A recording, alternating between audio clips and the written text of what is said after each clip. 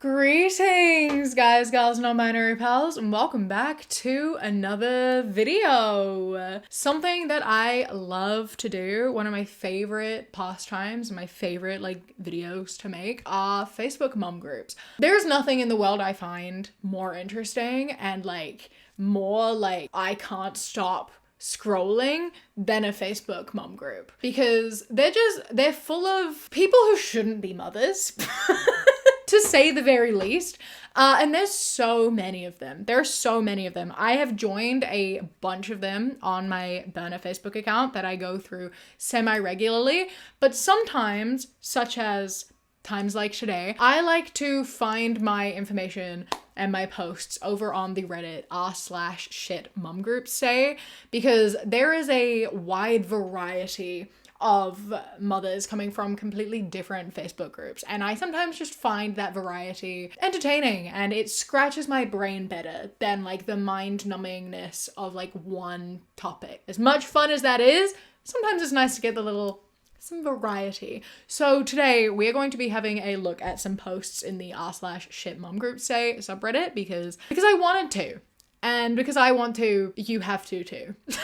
But before we get into it, I would like to let you know that today's video is sponsored by Aura. If you also enjoy sitting and mindlessly scrolling on the internet, or just being on the internet in general, which, considering you're watching this video, I know you do, then I would love to tell you a little bit about today's sponsor, Aura. When you are using the internet, you are a lot of the time consenting to websites storing and selling your data. These websites are storing your information and all this information about you and then selling it to data brokers.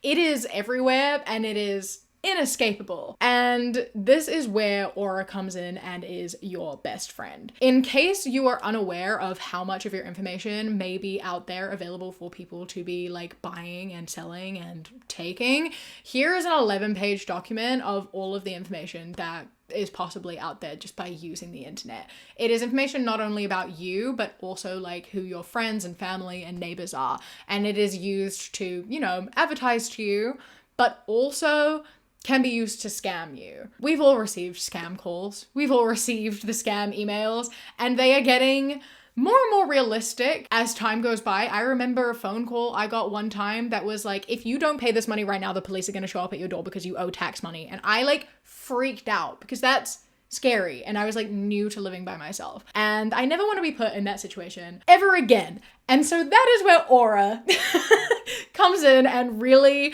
saves you a lot. With Aura, it is just one simple click and it will opt you out of all of the places that are storing and selling your data to data brokers. And when you opt out, they are legally obligated to stop selling that data. So it greatly decreases the ability for people to be able to access that and take advantage of that information. And with Aura as well, not only are you getting this ability to opt out of all of these places where your data is being sold, but it also comes with a military grade encryption VPN to help hide your location and just make you even safer online. And Aura are so confident in protecting your information and your identity that they have a $5 million insurance policy around identity theft. So if you were to get Aura, your identity was stolen and fraud was committed, they've got your back for up to $5 million. So that's how you know you can trust them. They also have US fraud specialists available to talk to 24/7 should you need any support. Aura is there to help protect you for a really good price, because although these services do exist elsewhere, Aura does all of it for a lower price than most places do just for one of these things. And to make it even better and to give you that extra assurance that Aura is in fact going to help give you that security and safety, you can use my link aura.com/kiwi or click it in the description and you will get your first 2 weeks free, which is enough time to allow you to see how much of your information is being exposed and make the steps to remove that. Thank you so much, Aura, for sponsoring today's video. I do hope you all take care of yourselves and look after yourselves online. You know, why you leave yourself vulnerable if you don't have to? Yeah, so thank you, Aura, and let's get into the video. Okay. So tell me why a mom would think it's okay to put her hands on another person's child. We were at a playgroup in an indoor setting and my son was going for the door. I saw him, but I was too far away to grab him, so I told him to stay inside. He's 15 months old and just following all the kids who were going outside the door, but still inside the building. The mom was basically trying to shut the door in his face, a heavy glass door, and when he was following the other kids, she grabbed him by the hands as he's trying to wiggle out and try to make him stay inside the room. Why would someone in their right mind feel it's okay to put their hands on my son or any other child that isn't theirs? Most of the other moms saw it. It's a very small group, about 5 other moms. So I just let it happen, because honestly, I was too stunned at what was happening.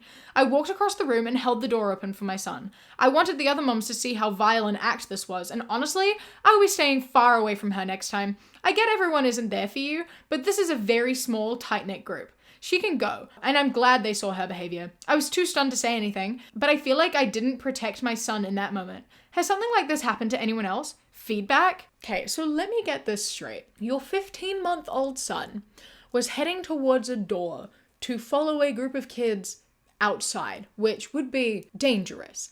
You tell him to stop, and he doesn't stop. So another mother who was close by stopped him to keep him safe. And you're mad?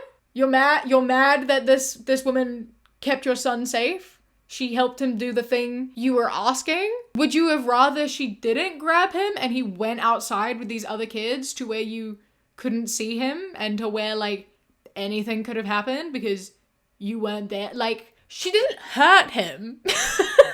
You asked him to stop. So she, like, made sure that he was safe. Just, like, also telling on yourself in the way that, like, she's, like, never touch another person's child.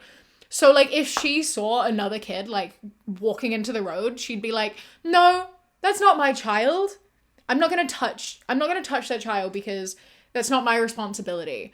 I don't want to, like, break the consent between me and this child because, you know, he might be walking in front of a car that's coming, but I didn't ask if I could touch him, and his mom's not here for me to ask, so I'm just gonna let him get run over by a car. Sometimes people need to be touched to be removed from dangerous situations. Like, it's just something that has to happen sometimes. I promise you the other moms aren't gonna be taking your side. They're not gonna be taking your side. You're overreacting greatly. You actually should be grateful. So every week, I'm getting a text from my husband's daughter asking if she can come over. I get overstimulated when she asks because we already have a full house, plus her older brother lives with us. I feel like if she wants to see her dad that bad, she'll FaceTime him. It sucks being married to someone who has kids by another woman. This ish ain't for the weak. How do you men/women do it? And then showing the text conversation. Hi, did my daddy left for work yet? Because he's not answering my text. And she spelled because B-E-C-U-Z, so I know this is like a young person. That and calling her dad daddy. Yes, why? Because I want to ask him if I can stay with y'all tomorrow night. No, not this weekend. We're going out of town to celebrate our daughter's birthday. Sorry, baby girl. Is Jackson going too? No, I didn't reserve for him. Maybe next weekend you can come over, okay? Talk to you later, getting ready for work. You say that every week. I just want to see my daddy. It's been a while, plus it's boring here. Bye. I'll tell him to call you. Okay, bye.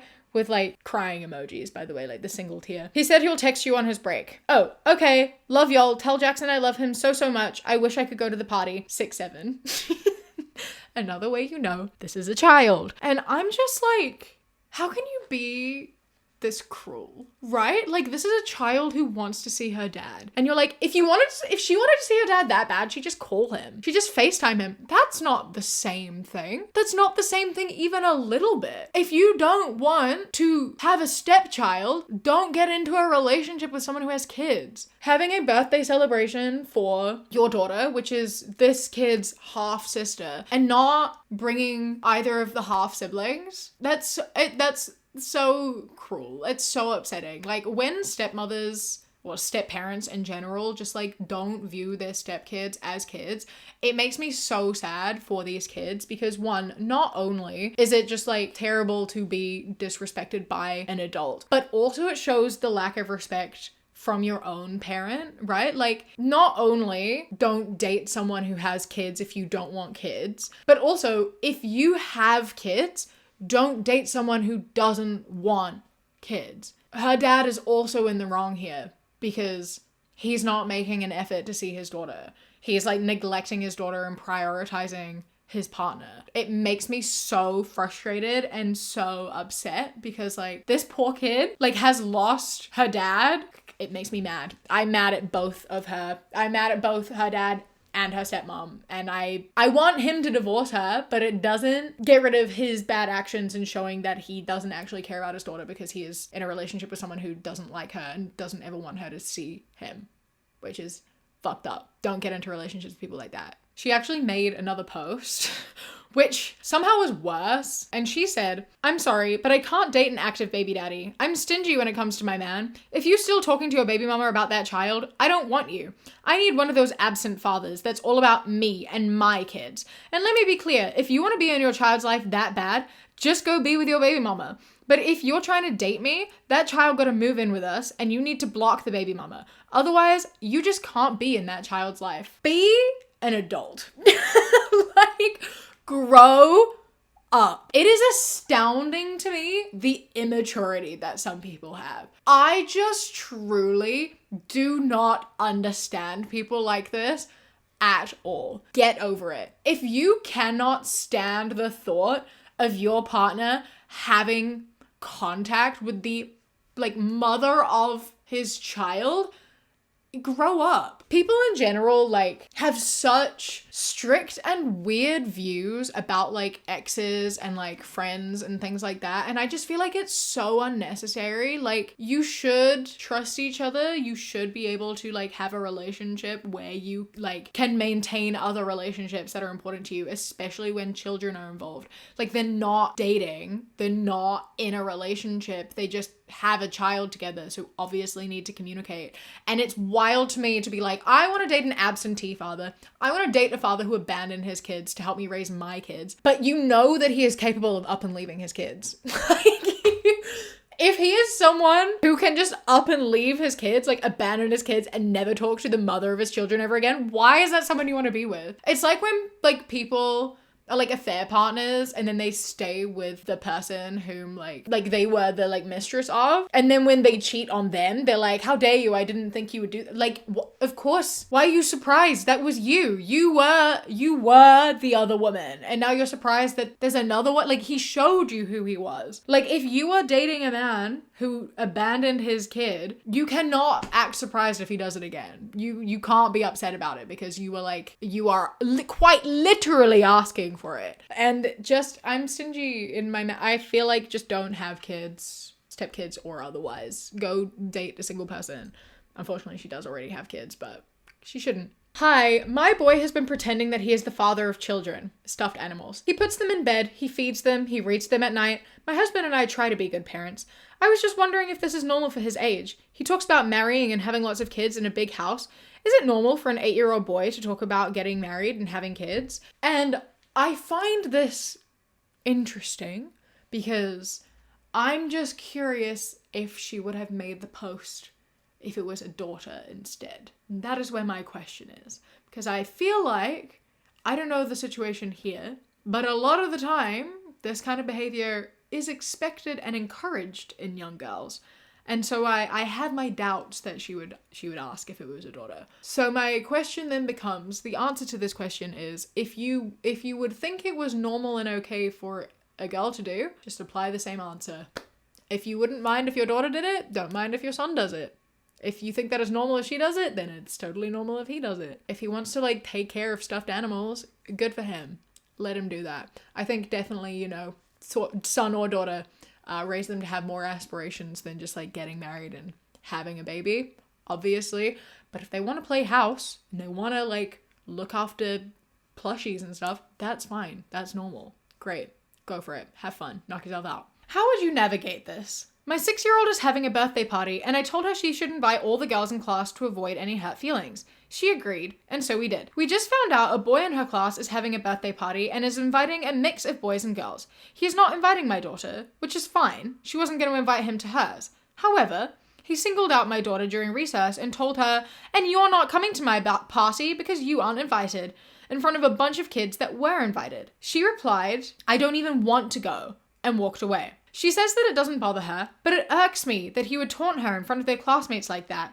I'm tempted to open up her party to the rest of the class, but not invite him. I can afford it, and truth be told, the only reason we didn't invite the whole class is because we are one kid over capacity, and I didn't want to exclude anyone. I think his behavior is deserving of exclusion. How would you handle this? You're being petty towards 6-year-olds. You're being petty towards 6-year-olds. Your 6-year-old daughter is being more mature than you are in this situation. Girl, they're 6. Like, settle down. Have a conversation with your daughter about like how it made her feel. But if she is okay and genuinely is okay, then move on like she has. If she comes to you and says that she is upset and him saying that upset her, have a conversation with her and then like initiate a conversation that the two of them can have. Maybe she can go to him and be like, hey, what you said upset me, it hurt my feelings. And they can have like a mediated conversation with like the parents around. Don't teach being petty.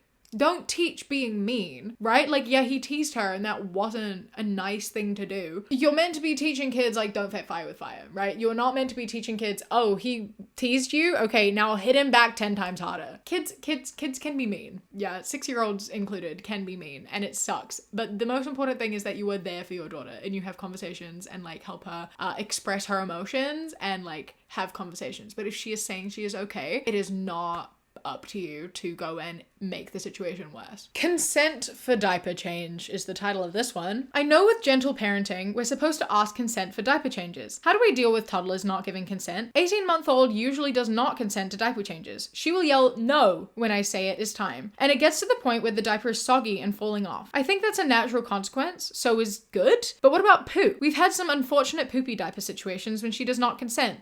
I want to respect her no, but maybe there's something I can say that makes her understand so she will consent. Thank you in advance. So many people, I think, just completely misunderstand gentle parenting. They don't look into it enough. They don't learn enough about it. Like, yes, consent is important. Yes, natural consequences are important.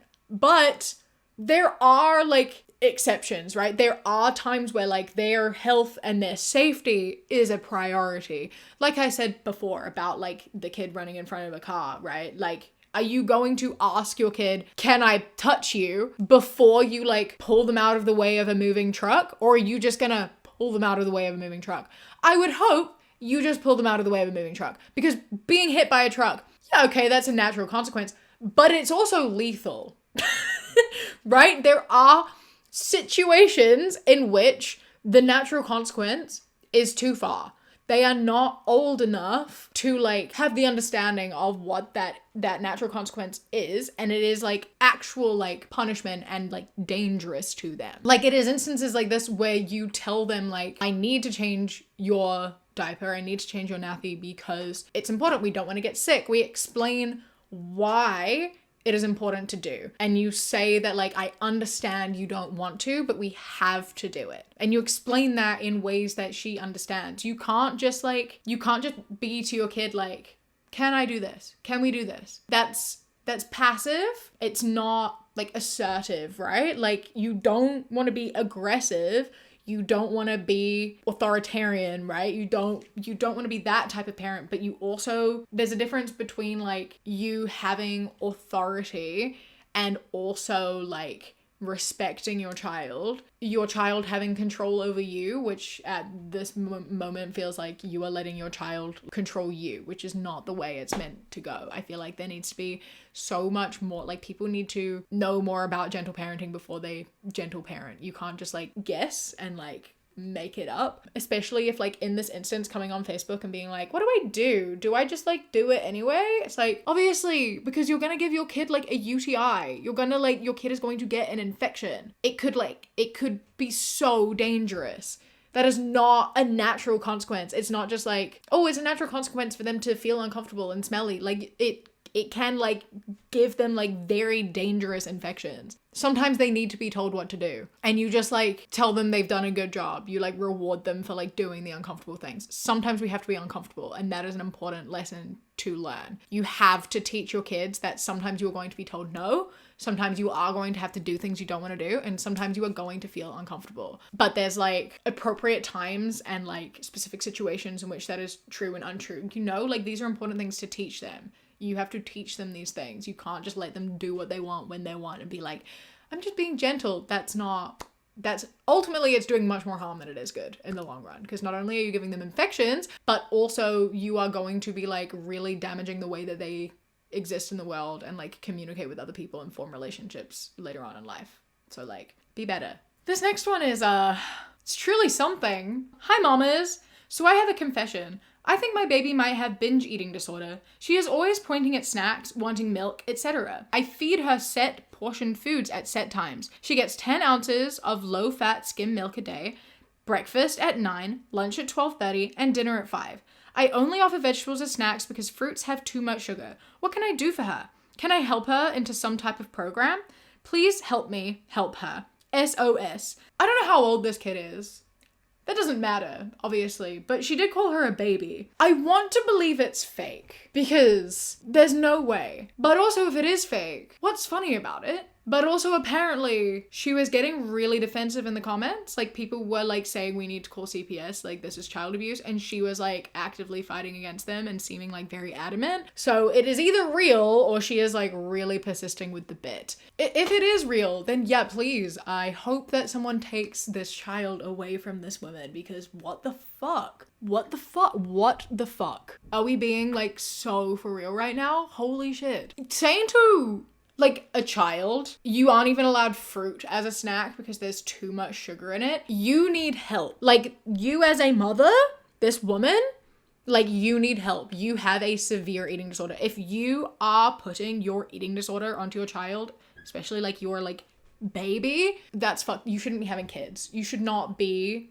a parent. If you are, like, going to inflict your diet and your, like, eating disorder on your child, why did you have a baby? I just, like, cannot imagine viewing a baby as needing to, like, weigh a certain amount in that sort of way. Controlling your baby's body and not giving it enough food and, like, restricting so heavily. When a baby points at a snack, being like, I fear it has binge eating disorder, instead of, like, feeding it. Do I need to make another Almond Mums video? This is my question. Let me know if you want me to make another Almond Mums video. It's been a while since I've done one, and I've come across some posts recently, so let me know if you want to see another one of those, and maybe I'll get onto that. For now, I'm gonna leave this here because this one's really pissed me off.